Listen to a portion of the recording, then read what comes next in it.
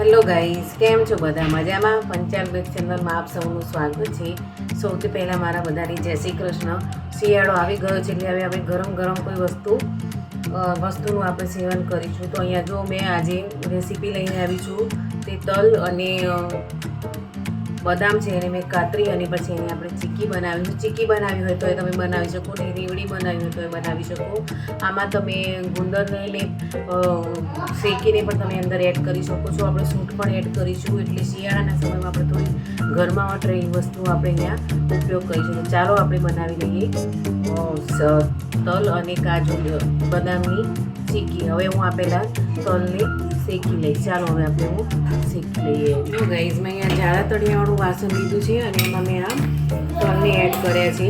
તલને આપણે બહુ શેકવાના નથી કે જેથી એનામાં કડવાશ પણ આવી જાય. સહેજ એમાંથી ચોટનો અવાજ આવે એટલે આપણે તે ગેસ ઓફ કરી દઈશું. એનું ખાસ ધ્યાન રાખવું. જો વધુ શેકવા જશો તો તલ બળી જવાની સંભાવના રહે છે. અને એને ધીરે ધીરે હલાવતા રહેવું.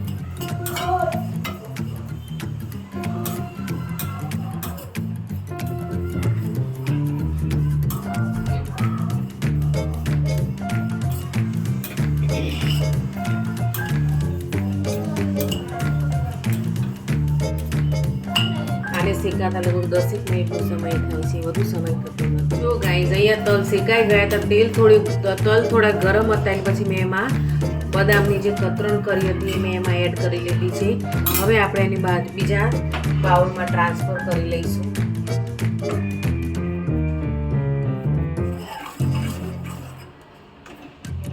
જો ગાઈઝ, આપણું ગોળમાં મેં કંઈ પાણી કે કંઈ ખાંડ કશું જ ઉમેર્યું નથી અને મેં ખાલી ગરમ તો આમાં ખાલી ગોળ મૂકી અને એને મેલ્ટ કર્યો છે. મેં એમાં પાણીનો એક ટીપું પણ ઉપયોગ કર્યો નથી એમાં.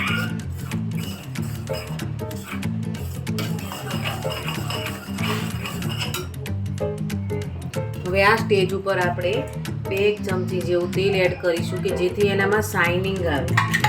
તમે તેલ કે ઘી ઉપયોગ કરી શકો છો, એ તમારા ઉપર છે.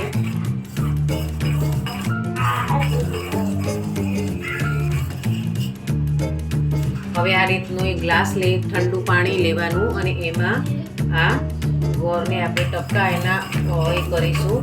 હવે જોઈશું થોડી વાર રહીને કે જો ગોળ તૂટી જાય તો સમજી લેવાનું કે આપણે જેવું જોઈએ છે એવું આપણી કન્સિસ્ટન્સી સેટ થઈ ગઈ છે. અને જો તૂટે નહીં તો પછી એને થોડી વાર આપણે શેકાવા દઈશું. જો શેકાયેલું બરાબર નહીં હોય, જોઈ શકો છો ગાઈસ કે હવે આ ઠંડુ થઈ ગયું છે. આપણે જોઈશું તો હવે તમે જોઈ શકો છો કે આમાંથી આ રીતના તાર થાય છે. આપણે એવા તાર કરવાના નથી, એટલે થોડી વાર હજી આપણે ગોળને શેકાવા દઈશું.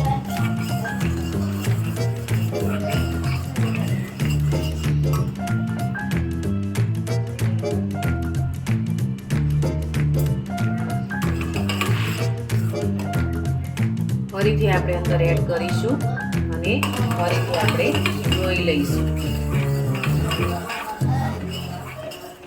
એ જ પ્રોસેસ આપણે ફરીથી કરીશું. બજારમાં જે ચીક્કી મળે છે એ રીતની ચીક્કી અહીંયા તૈયાર થશે.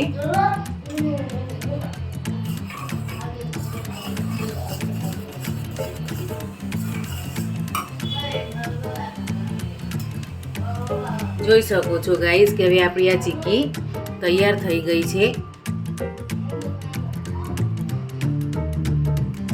જોઈ શકો છો કે હવે આ આસાનીથી તૂટી જાય છે. આ જોઈ શકો છો. એટલે હવે આપણું આ ચીક્કીનું જે જોઈતું હતું એ આપણું બેટર હવે તૈયાર થઈ ગયું છે. હવે આપણે એમાં એડ કરીશું કે આ તલ અને બદામની કતરણ. અને બરાબર હલાવી દઈશું. આપણે ગેસ ઓફ કરી દઈશું.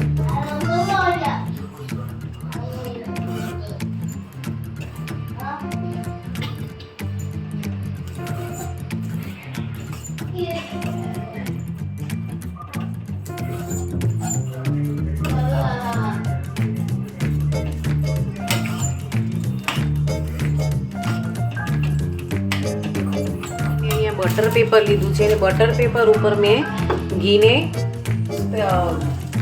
લગાવ્યું છે કે જેથી આ ચીકી અંદર ચોંટી ના જાય. હવે આપણે આ બેટરને આમાં લઈ લઈશું. ધ્યાન રાખવાનું, આ બહુ ગરમ હોય છે એટલે આંગળીઓમાં ચોંટવાની સંભાવના ખાસ રહે છે, એટલે ખાસ ધ્યાન રાખવું.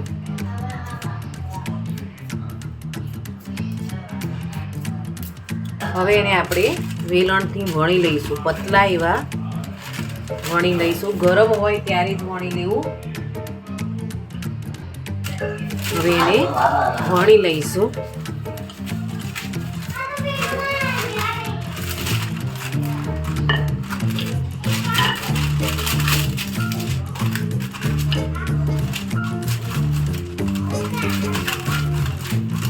વેલણ પણ સહેજ ચોંટતું જશે એટલે એને બહુ કેરલી તમારે વણવાનું છે.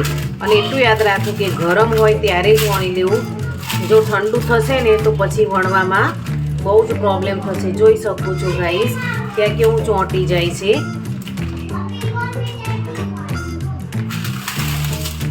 હવે હું અહીંયા એક રૂમાલ પાથરું છું અને એની ઉપર વણું છું કે જેથી નીચેનો કાગળ કરે નહીં.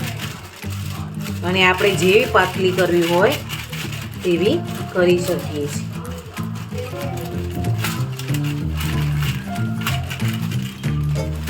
જોઈ શકો છો ગાઈસ કે હવે આપણી આ ચીકી વણાઈ ગઈ છે. હવે એને આપણે ઠંડી થવા દઈએ. કે પહેલાં થોડું ગરમ હતું ત્યારે જ મેં એના પીસીસ કરી દીધા છે.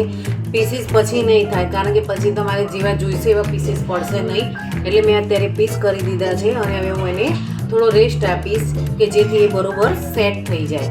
ચાલો 10 મિનિટનો આપણે રેસ્ટ આપી. જોઈ શકો છો ગાઈસ કે હવે આપણા પીસીસ સરસ થઈ ગયા છે. જોઈ શકો છો હવે આસાનીથી આ તૂટી જાય છે. જોઈ શકો છો.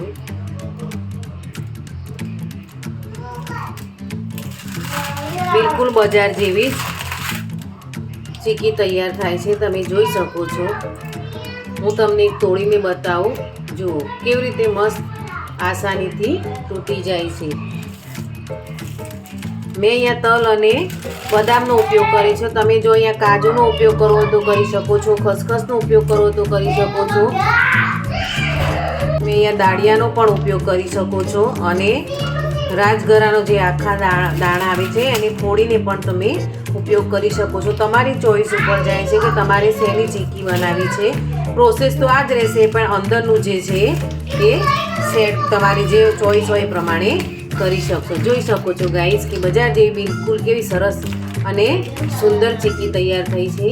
તમે પણ ચોક્કસથી બનાવજો. મારો આ વિડીયો જો તમને પસંદ આવ્યો હોય તો પ્લીઝ લાઈક કરજો, સબસ્ક્રાઈબ કરજો અને શેર કરજો. તમારા સપોર્ટની મને બહુ જ જરૂર છે. સૌને મારા જય શ્રી કૃષ્ણ.